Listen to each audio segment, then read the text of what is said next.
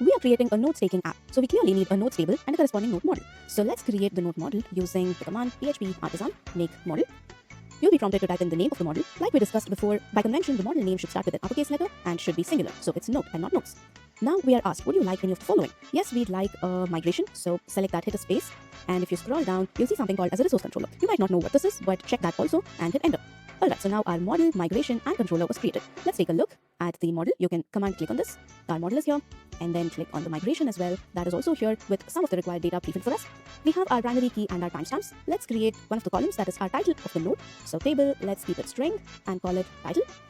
Let's add another column of long text for the actual text of the node, and let's call it text. Now each node belongs to a particular user, so we also need a foreign key of that user in this table. That can be created using foreign key ID or foreign key for, and you can pass the user model here, user class, and import the user model if it did not import, and you need to select this. Great. This looks fine. We can go ahead and migrate it. PHP artisan migrate. Alright, the notes table is created. You can go to the database client and refresh the tables, and here we go. Our notes table is right here. Alright, now that we have our model and database table, what do we need? We need some methods to create a node, view the list of nodes, modify a node, or delete it, and so on, right? For that, we surely need a controller. That is the resource controller that was created for us. So you can go to app, http, controllers, node controller, and look at this. Laravel has created the index method, create, store, show, edit, update, and destroy.